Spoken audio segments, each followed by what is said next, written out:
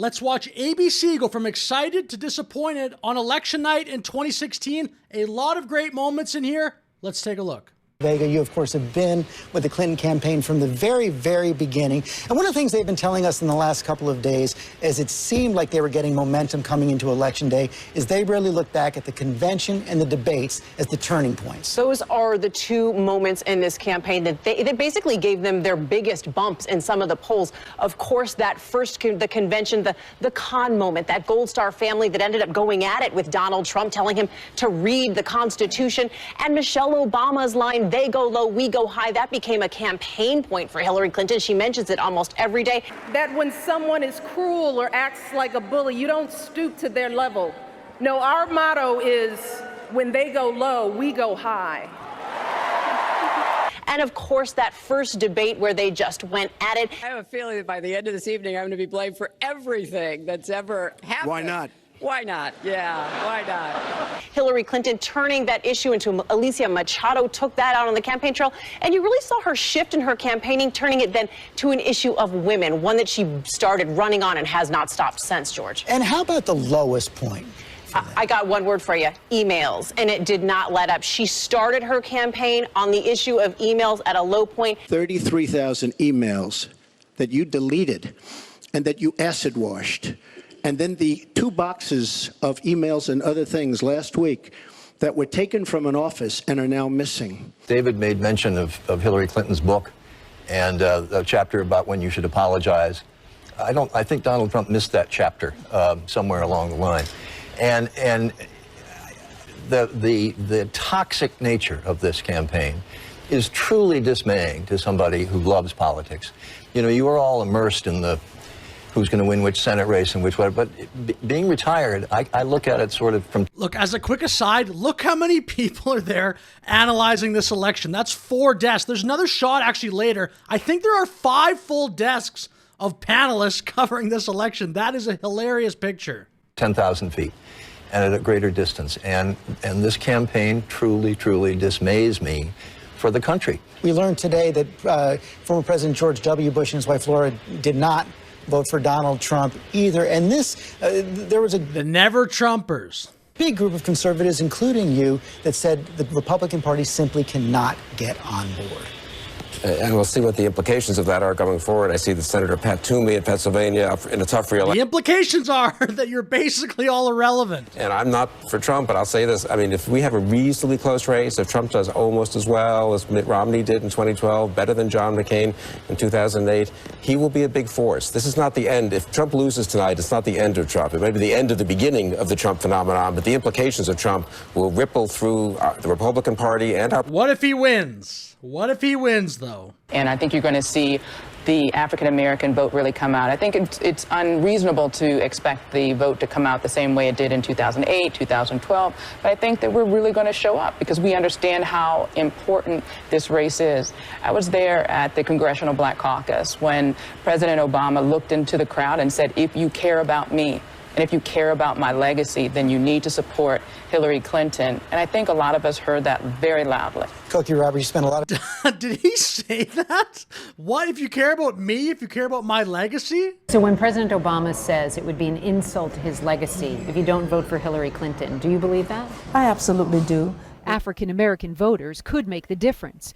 But this man feels he owes nothing to the president and won't vote Clinton just to preserve Obama's legacy. Are you considering not voting? Yeah. I mean, that seems like a very self-centered way to try to get people to vote for my legacy. I don't know. I'm honest, he did very well there in the primaries. That's right. He won 66 of the 67 counties in Florida. The only county that he lost, though, Miami-Dade. I can't tell you enough how important Florida is for the Donald Trump campaign. It's part of their core 4. It's where he spent the most money. It's where he had the most visits since he locked up the nomination. But look at the ad spending. The Clinton team, $92 million to $41 million for Donald Trump. Now, Kellyanne Conway has told me there is one path to the nomination for them without Florida, but many people believe you're entering Don Quixote territory and you're chasing windmills at that point. And we've got another big announcement out of... Mathematically, Trump could have actually lost Florida and still won the election, and this lesson on spending is hilarious. I don't think Democrats have learned this lesson, that more spending does not necessarily win you elections. we are going to keep losing if we don't have a financial accountability and some sort of very serious accounting of how exactly we spent $1 billion in 2 to 3 months. And in the exit polling, if you even look at what the voters said about Trump and what he said about women on that audio tape and some of the other behavior towards women, take a look at this. 71% of Pennsylvania voters said it bothered them a lot. Only 28% said not at all. So it would appear that at least in those counties around Philadelphia, the strategy's working. And Martha, so you far. spent a lot of time in those counties as well. The Clinton campaign really... So as you can hear there's some optimism. Oh, Hillary Clinton may be doing well with women in Pennsylvania. And that actually tracked, by the way, when the results came in 2016. Clinton was doing pretty well at the beginning of the night, but pretty quickly, actually, as you'll see in this clip, the results came in a bit more 50-50, and people started to realize, hey, we might actually have a race on our hands. We'll come back to you. 1% drop in the Mexican peso, and John Carl, those votes are so close right now. It's unbelievably tight, and Trump has got a lead over 100,000 votes, well over 100,000 votes. But I see reasons here to think that Hillary Clinton will bounce back in Florida, and here's why. I've mentioned Miami-Dade County, of course, which is so important. There's still vote coming in there, but 93% of precincts reporting. But look right north of Miami-Dade in Broward County. This is a county that went... See, and as you can see there, Trump's doing well in Florida, but at least this guy thinks Clinton may come back. Yeah, the Clinton team spent some money to pay some attention to Omaha, Cecilia. Surprisingly so, exactly. And they're paying attention not just to Omaha, it's states that they never paid attention to before. Arizona. I mean, who would have ever thought we'd be talking about Arizona on a night like tonight? You mentioned Texas. They had hopes there. They were even looking at Utah, George. This map has changed for them. They've got their sights set high. We shall see. They had hoped to change, but we're seeing a lot of red right there right now. South Dakota also in right now. 3 electoral votes in the state of South So George there is right. I mean, at this point in the night, it was pretty 50-50. Bringing up states like Texas did not make a lot of sense. I mean, before the election, though, some Democrats had their hopes so high. That one spot in Omaha, by the way, that was the only part of the map that Trump won in 2016, which he actually lost in 2024. That may be a trivia question moving forward. Feel the energy in this room increasing as people are now becoming a lot more hopeful than it seems they were earlier in the evening, George. And Matthew Dowd, if he's in the game in Florida, I want to bring this question to you and then have John Carl start to pull up some electoral college maps, possibilities right here. He's in the game. Donald Trump is in the game if he can pull out that state of Florida. Yes, he's definitely in the game. It was going to be basically if she won Florida, it's slam dunk. There's really no path for him. Florida is the pillar of the game that he needs to keep running, and then he needs to pick up, if he picks up Florida, he needs to pick up North Carolina, and then he starts needing to pick up across the country. Yeah. But Florida's the first one. Let's illustrate that now. But not Hillary Clinton. No. Let's illustrate that right now with Donald Trump. Hillary Clinton could have won Florida in 2016 and still lost the election. I mean, in their defense, that's not what the conventional wisdom would have shown, but it's still funny to look back on that. Trump showed the states that he's got to win to put himself in contention as we go into this night or later into the night. Well, if you look at it, it's basically 12 battleground states we've been looking at. And if you look at the ones that going into today, Hillary Clinton had a lead. As you can see, she's already got over 270. So what Trump has to do... So look, as he said, I mean, based on the states, I guess Clinton had a lead in. She's already above 270 going into the night. Again, I think CNN had it at Clinton 269 before the race started. So many of these networks clearly thought Clinton was going to win or had a very high chance to win. Is to win all the ones that we had as toss-ups. He has to win Florida. He has to win North Carolina. He has to win Ohio, win New Hampshire, and win Arizona. And then he needs to find a way to pick off one of those traditionally blue states. Still not there. It could be Nevada. If he does Nevada, he gets there as long as he also wins that one congressional district we mentioned up in Maine. So what we're going to be doing all night long as we watch Florida, as we watch North Carolina. That is so funny. The 2016 election is pure comedy. This, by the way, here is where most networks had the race heading into the night in 2024. Harris 226, Trump 219, then those 7 swing states here you can see shaded in yellow. Virginia is a lot closer than I thought it would be at this point. I want to bring in the chair of the Democratic National Committee, now Donna Brazile, the acting chair of the Democratic National Committee. Donna, thank you for joining us right now. We're seeing these close states across the board. We're seeing Florida, we're seeing North Carolina, we're seeing New Hampshire, we're seeing Michigan, we're seeing Virginia. How worried are you? Well, George, we're still confident that there are lots of votes that have still not been counted. Votes that are in traditional Democratic areas, and of course, votes that we believe that will go to Secretary Clinton and Senator Kaine. So I'm still confident. I've talked to the team back at the headquarters here in Brooklyn. I think it made sense at this point in the night to still be confident. It's just, I mean, you could kind of hear it in her voice. The tide seems to be turning here for Trump. I want to see what happens in Broward. I want to see what happens in West Palm Beach. You know, all the outstanding counties, even some precincts in Duval County. So I'm optimistic. Even if we can't overcome that big hurdle, I still believe that there are enough votes out there before we start popping the champagne. And Don, I just have to ask you, was Donald Trump... Ooh, that did not age that well. And Matthew Dowd, these states are all so close. Coming into this race tonight, it looked like Hillary Clinton, convergence of national polls, had her at about a 4% lead. Yeah, and I had expected her to win nationally by 5, which she may still win nationally by 5. But what we're seeing right now is Here's another clip of him talking about the election about 4 days out on PBS. Well, I think when you look at it, and just objectively, right now the race leans in Hillary's direction. And so I think there's two different strategies employed. Right now, if the election were held today, she would win the presidency. The race continues to go well for Trump. And watch this shot. Watch how many people are in that room. I'm not even saying it's good or bad. There's a comical amount of people, though, sitting at desks in that newsroom. Becca Jarvis, I think you're wired up right now. What are you seeing? The closer this looks, George, the more stocks are falling, the more Mexican peso is falling. And these have both been a barometer of Trump's prospects in this race throughout the campaign. As Trump has pulled ahead in the polls, we've seen a sell-off. I mean, there's like, what, 30, 40 people sitting at desks? I actually kind of like it. Even though we believe Florida is leaning in Trump's direction, there's still some vote out.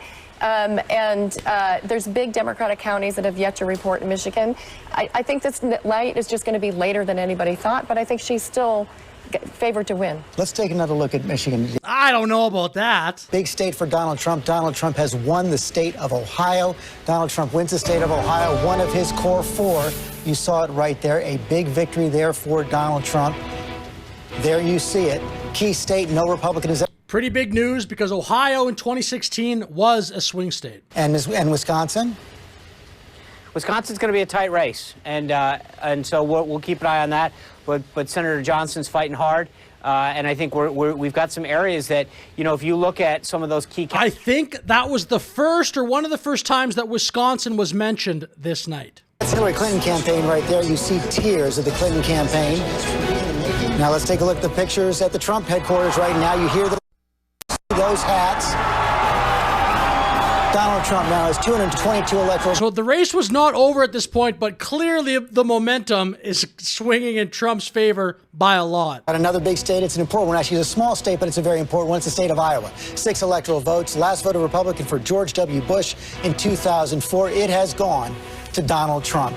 And John Carl, I got to bring this to you right now because now basically Hillary Clinton has one path. She basically has one path. I'll show it to you 2 ways. First of all, on the map, she needs to win all of those states we just mentioned in that industrial Midwest, Pennsylvania, Michigan, Wisconsin, Minnesota, and she needs to hang on to the state of Nevada. I've got a number of emails from friends of mine of color across the country. And there's also a level of fear growing in brown America. Because if you look at the optics of the Trump rally, right, to many people, that looks like 1950 America. You don't see many brown people walking around that room. And so I think there is a sense with some of the rhetoric we've heard throughout the campaign. Okay, buddy. Another quick update from inside that war room. They're now high-fiving each other, Trump family members with the staff. It looks like they're almost celebrating a victory tonight. Which is the complete opposite of Hillary Clinton, not on the victory front, on the preparing for the what comes next front. I mean, we were joking, the press corps that covers her, that they had essentially started measuring the drapes. Let's just talk about the 2 different campaigns. I was just looking at some of these numbers. Days as a candidate, 576, Hillary Clinton, 512 for Trump. She had 350 fundraisers that she attended. He had 50. She raised $502 million. He raised $258. They've got to be scratching their heads right now. You wonder if the Democrats completely not only underestimated Donald Trump, but the entire Republican Party. Let's take a look at the national vote coming in. Those numbers are so great. Just the fact that Trump has now won 2 elections by spending less money. It's such a good lesson. It's such a positive sign, I think, just for the future. For all the talk of when they go low, we go high, the Hillary Clinton campaign at the end was entirely a negative campaign. It was Donald Trump is unfit for office. He is temperamentally unfit. He is unprepared. Not only that, he is likely to fly off the handle and maybe even cause a nuclear war. That was literally the argument that they were making in the final days. That is so interesting because in 2024, very similar playbook, just a little bit different phrases. We have to defeat a person who is a threat to our democracy of the kind that we have not seen. Donald Trump is increasingly unhinged and unstable. An existential threat to our democracy and our most fundamental freedoms. For Hillary Clinton to win, she basically has to run the table right now. Donald Trump is ahead in most of those states right now. Matthew Dowd, this is really something we could have one of the biggest upsets ever in American history coming up. Regardless of the final outcome, which I think heavily leans in Donald Trump's favor, this is the biggest political upset news story in 100 years, in at least 100 years. Donald Trump, not favored to win against 16 opponents, comes through the primaries, wins the primary, everybody discounts him, comes into a general election totally behind against a machine that had all the establishment, all of it, including the Republican establishment, basically either silently or vocally against him. And he's about not yet, but he's on the verge of pulling off. And I think we're going to look back at this. It's more so than any other election, presidential election, that we've seen in our lifetimes, but go back 100, 150 years. I actually agree with all of that, and that is why I did a video on the top 25 moments in Donald Trump's career. I still put 2016 just a little above 2024. As awesome and as incredible as 2024 was, and it's right up there, I still think 2016 takes the cake for just the most crazy sort of night, most crazy story that there has been, at least in my life. And when I think about Donald Trump, he essentially won this race by labeling people. He labeled Jeb Bush low energy. Jeb Bush is a low energy person. You know, he had an important message, but this is how he killed his opponents. Lying Ted. Lying Ted, Lying Ted. What's your name? My name's Lion Ted Cruz. Lil Marco. Don't worry about it, little Marco. Gentlemen. Let's hear it. And Marco Rubio has had a lot of success since that Little Marco nickname. I mean, he really did not let that nickname slow him down really at all. Mr. Secretary, thank you so much for doing this. Thank you. It still feels weird to hear that. And of course, Crooked Hillary. Hillary Clinton, commonly referred to as Crooked Hillary. It's looking like a Trump victory. Just a little note from overseas, not quite overseas, over the northern border. The Canadian government's immigration website crashed tonight. After Barbara Streisand and Bryan Cranston, a lot of other people said that if Donald Trump wins, they'd move to Canada. But I'm either coming to your country if you'll let me in, or Canada. Type in, you can try it yourself. It crashed tonight. It was overloaded. And I just want to address one thing, the social undesirability of stating that you're for Trump. There's a reason for that.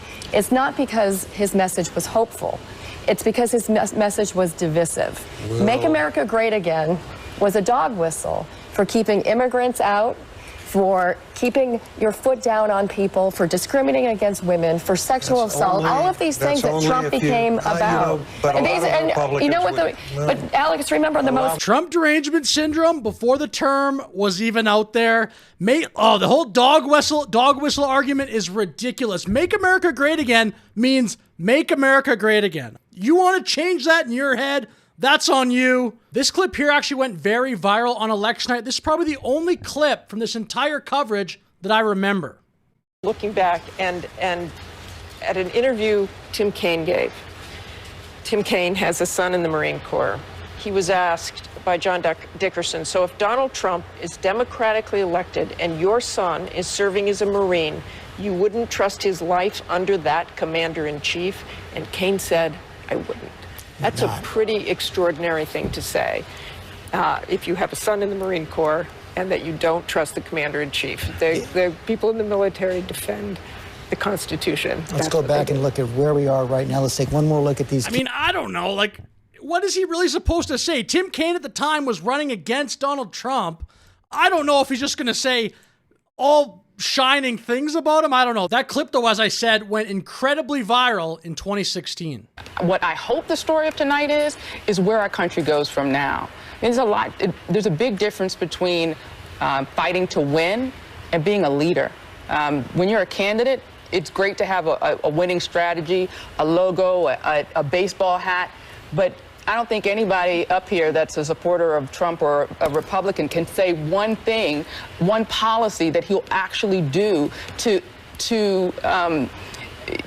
keep any of the promises that he's made. Not one thing. I mean, that just doesn't make sense. Even at the time, it would be very easy to come up with one policy that Donald Trump wanted to do. Tax cuts, repeal and replace Obamacare. I mean, that didn't really happen, but reduce illegal immigration, rebuild the military. You could come up with, even at that time, a ton of policies Trump wanted to do. Well, you know, a lot of these people who think they're so smart aren't so smart, and let's see where we go from there. Bill Kristol. Happy to engage in elite self-flagellation as anyone else, but you know, things can get a lot worse. And not at home. I'm not so much. Not so. Fine, the tax plan they won't love it. The tax plan will get changed. That's not going to fundamentally make a difference. In the world, things could really get a lot worse than they are. They're not in great shape right now. Very fast. And you know, we haven't had a trade war for a long time. We haven't had. I mean, the degree to which I believe, if I were Donald Trump, if I were advising Donald Trump, I would urge him, do whatever you want. Domestic policy stuff, fine, you'll negotiate that with Congress. In terms of foreign policy, he needs to really step back, I think, and think about what he inherits, the challenges he inherits, and being serious and responsible about them. President Obama, with whom I agree. So many of these neocons, like Bill Kristol here, were so convinced Trump was just going to be so bad on foreign policy. It's been, 4 years of his first term plus a week and change in the second term. His record remains great on foreign policy. And I just can't emphasize enough, complete radio silence, which tells you what they're thinking right now. Stephanie Cutter, I know you talk to a lot of Democrats and people pretty stunned right now, but is it starting to settle in? Do they realize what's happened? They definitely realize what's happened. Tucci with the Trump campaign, that from two sources that Hillary Clinton has called Donald Trump. That's what we're hearing tonight, George, and it is out there in other news reports as well that Hillary Clinton has indeed called Donald Trump to concede this election.